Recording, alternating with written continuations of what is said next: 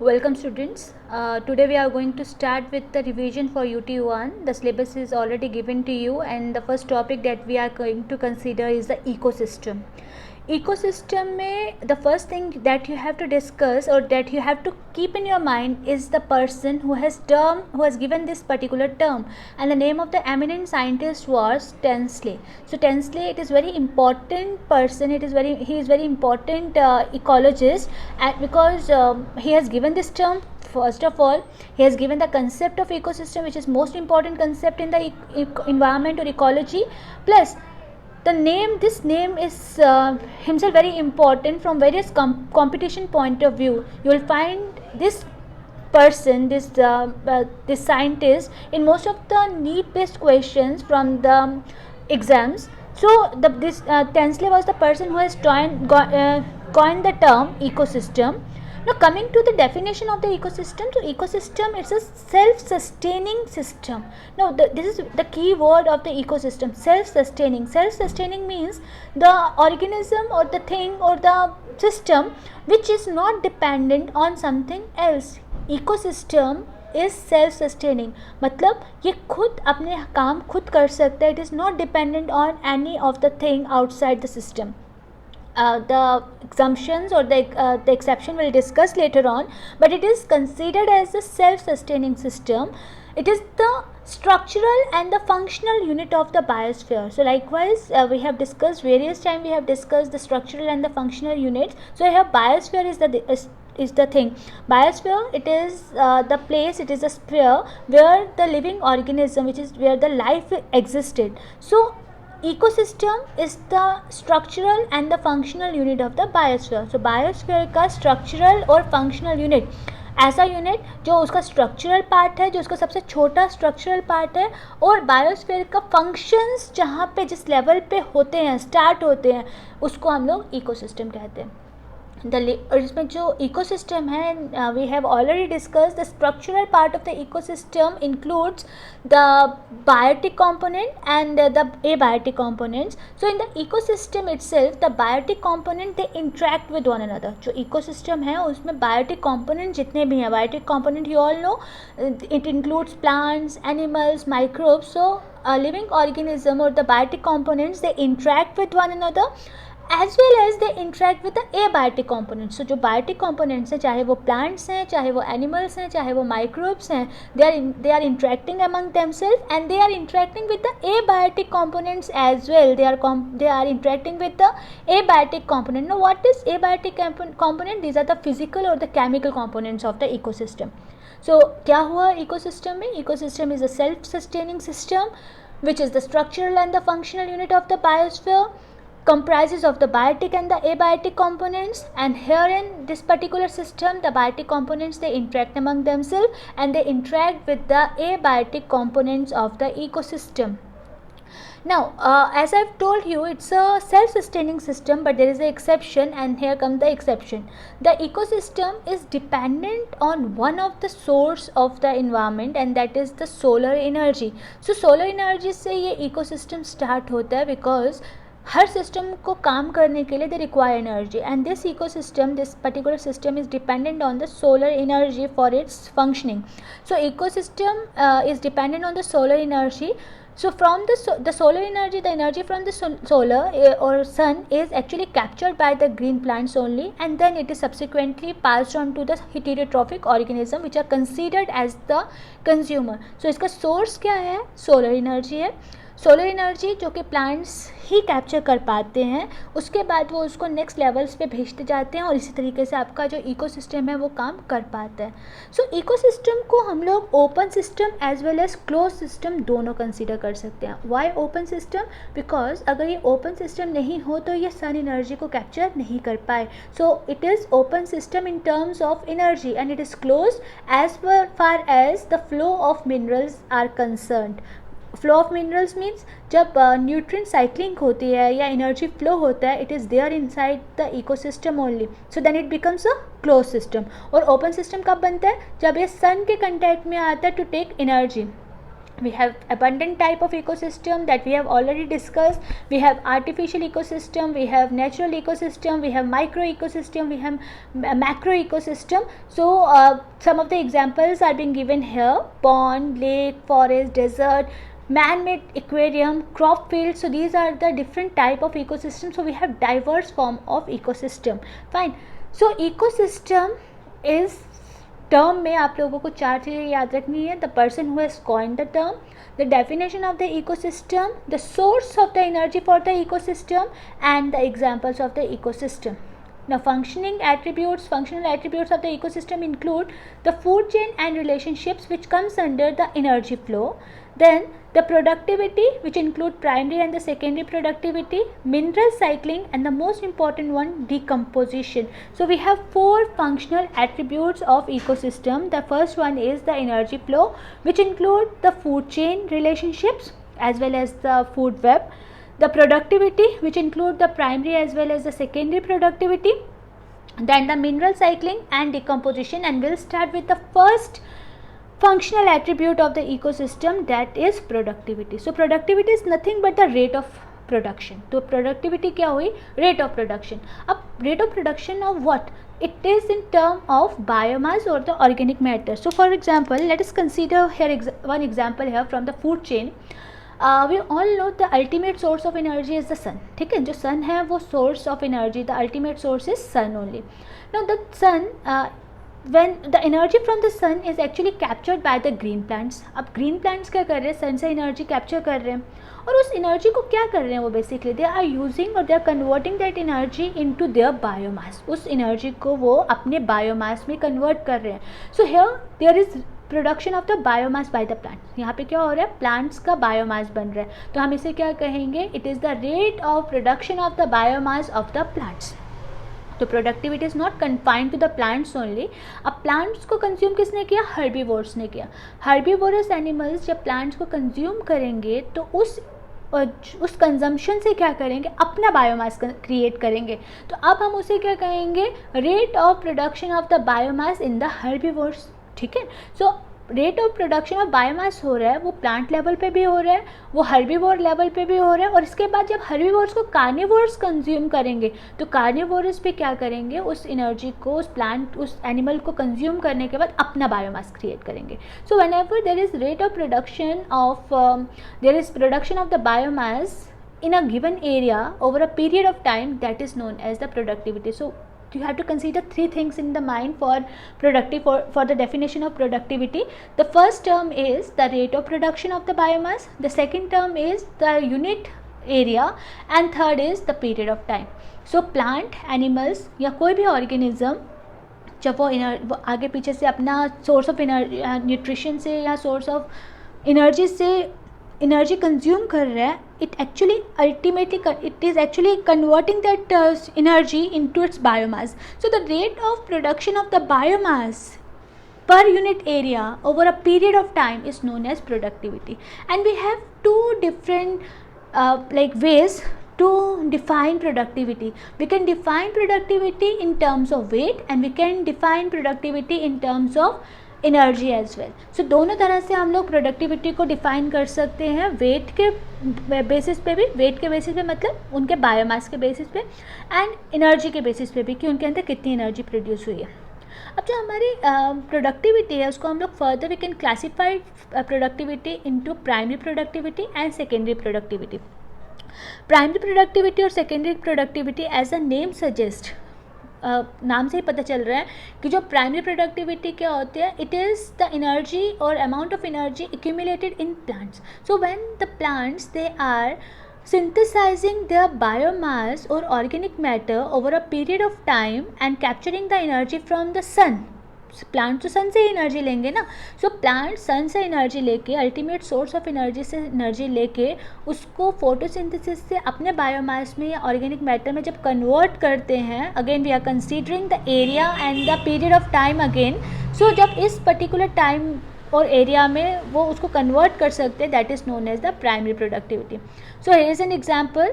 यहाँ पे आप देख सकते हो the ultimate source of energy is there which is sun. So ultimate source of energy, that is sun, is here. So from this particular sun, the energy is transferring or moving towards the plants. So plants क्या कर रहे हैं, वो इस energy को use करके अपना metabolism create करके, न्यूट्रिशन लेके अपने आप को कन्वर्ट कर रहे हैं into, and they creating the biomass. वो अपना बायोमास क्रिएट कर रहे हैं, they are creating the biomass.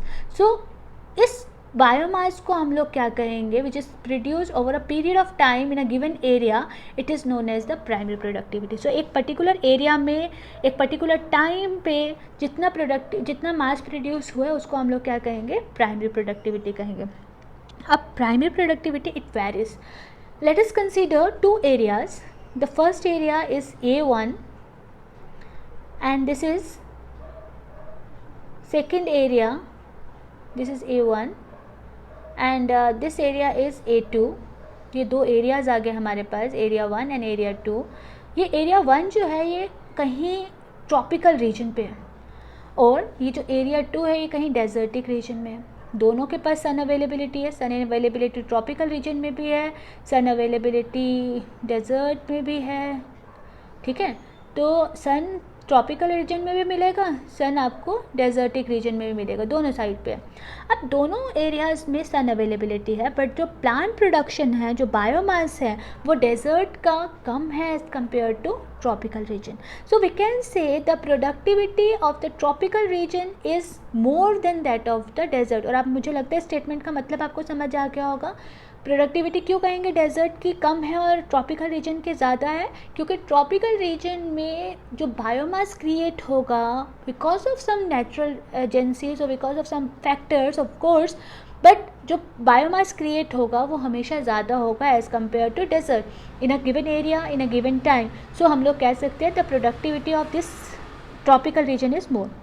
चलो, ये तो बहुत बड़ी बात होगी, ट्रॉपिकल रीजन और डेजर्ट की बात कर रहे हैं. हम लोग कंसीडर करते हैं कि दो फार्मर्स हैं और वो एक जगह पे रहते हैं. एक फार्मर जो है वो अपने प्लांट को बहुत अच्छे से उसका ध्यान रखता है, अपने फील्ड का, अपने क्रॉप फील्ड का, उसको मैन्योरिंग कर रहा है प्रॉपरली, उसको प्रॉपर इरिगेशन टेक्निक्स यूज़ कर रहा है. और दूसरा फार्मर है वो थोड़ा सा नहीं कर रहा है, एवरेज कंडीशंस यूज़ कर रहा है. तो फाइनली क्या होगा, the production in the farm जहाँ पे उसका ज़्यादा केयर किया जा रहा है वहाँ पे ज़्यादा होगा, और जहाँ पे कम होगा, जहाँ पे कम केयर किया जा रहा है वहाँ पे कम होगा. So we can in terms of ecosystem we can define the productivity of farm 1 जहाँ पे ज़्यादा ध्यान रखा जा रहा है वहाँ पे ज़्यादा है, and as compare to the farm 2 जहाँ पे कम ध्यान रखा जा रहा है. आई होप प्रोडक्टिविटी का कंसेप्ट आप लोगों को, खासकर प्राइमरी प्रोडक्टिविटी का कंसेप्ट आप लोगों को समझ आ गया. ना प्राइमरी प्रोडक्टिविटी हमारे पास दो तरह की होती है. First is the gross primary productivity and the net primary productivity. जिस प्राइमरी प्रोडक्टिविटी की अभी तक हम बात कर रहे थे कि सन से एनर्जी लेके प्लांट्स अपना बायोमास क्रिएट करते हैं, उसे हम कहते हैं gross primary productivity. So gross primary productivity is nothing but the energy that is considered, that is taken from the sun used to create the biomass of the plant is known as the gross primary productivity. So please don't get confused in these two things. एक तो primary productivity और gross primary productivity में, gross primary productivity का मतलब ही यही है जितनी primary productivity हम लोग consider करते हैं कि plant का कितना biomass बना सन एनर्जी को यूज़ करके, तो उसको हम लोग क्या कहेंगे, ग्रॉस प्राइमरी प्रोडक्टिविटी. बट अब प्लांट जब अपनी प्रोडक्टिविटी, अपनी पूरा प्रोडक्शन बना लेगा, अपना बायोमास क्रिएट कर लेगा, तो वो पूरा का पूरा और अवेलेबल नहीं हो सकता for the next tropical level. Fine, क्या होता है कि प्लांट ने अपना बायोमास क्रिएट कर लिया, अब नेक्स्ट अपनी पूरी ज़िंदगी जीने के लिए, अपनी पूरी लाइफ स्पैन में वो रेस्पायर भी करेगा, वो खुद की मेटाबॉलिक एक्टिविटीज़ भी करेगा, and during this particular phase of lifespan, during this phase of phenomena, what happens, some of the energy from the plant it get transmitted to the environment, जिसको हम लोग respiratory product rates के form में याद समझते हैं. So plant during respiration, some of the energy is being lost by the plant into the environment. अब जो बायोमास रहेगा which is available for the next trophical level, वो biomass which is actually available for the next trophical level, I am saying available, पूरा मिलेगा नहीं मिलेगा वो बात नहीं है, but available, the biomass which is available for the next tropical level is known as the net primary productivity. So we can say net primary productivity is nothing but it is net primary productivity is actually the gross primary productivity minus respiration, or the net primary productivity and respiration they collectively forms the gross primary productivity. So जो आपकी gross primary productivity हुई, plant की gross productivity हुई, उसमें से respiration वाला जो inner part है उसको अगर हम निकाल दें तो बचती है नेट प्राइमरी प्रोडक्टिविटी. तो नेट प्राइमरी प्रोडक्टिविटी को हम लोग ये भी कह सकते हैं, it is the biomass which is available for the next tropical level in the food chain. No, ये कंसेप्ट है प्राइमरी प्रोडक्टिविटी का. सो प्राइमरी प्रोडक्टिविटी में आपको याद रखना है कि प्राइमरी प्रोडक्टिविटी क्या है, ग्रॉस प्राइमरी प्रोडक्टिविटी क्या है और नेट प्राइमरी प्रोडक्टिविटी क्या है, और इनके बीच में रिलेशनशिप क्या है. दूसरा आता है आपके पास secondary productivity, and secondary productivity is the rate of resynthesis of the organic matter by the consumer.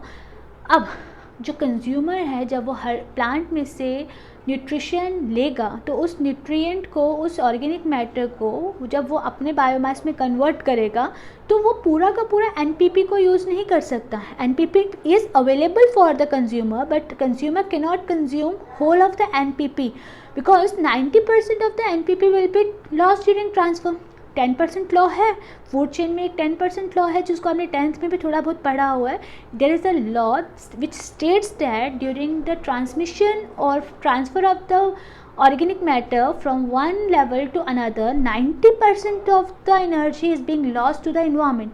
तो अब उस एनपीपी में से तो पहले ही इतनी सारी इन्वायरमेंट में लॉस हो गई. दूसरा, कंज्यूमर जब अपना बायोमास क्रिएट करेगा तो उससे पहले वो भी तो रेस्पिरेशन, एक्सक्रीशन, जैसे फिनोमिनास में पार्टिसिपेट करेगा. तो उसके कारण क्या होगा, उसके बायोमास में जो बन सकती थी, बायोमास बन सकता था, वो सारा वेस्ट हो रहा है.